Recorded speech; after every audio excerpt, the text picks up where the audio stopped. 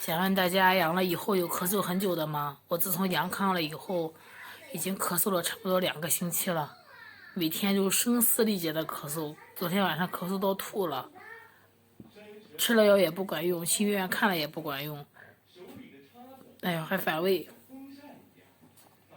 大家有什么好的方法吗？太痛苦了，真的。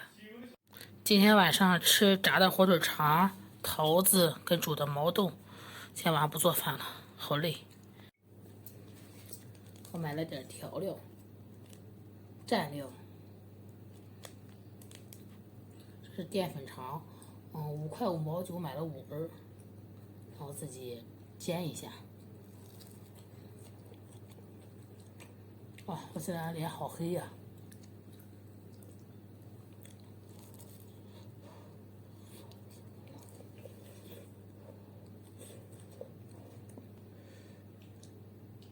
小豆。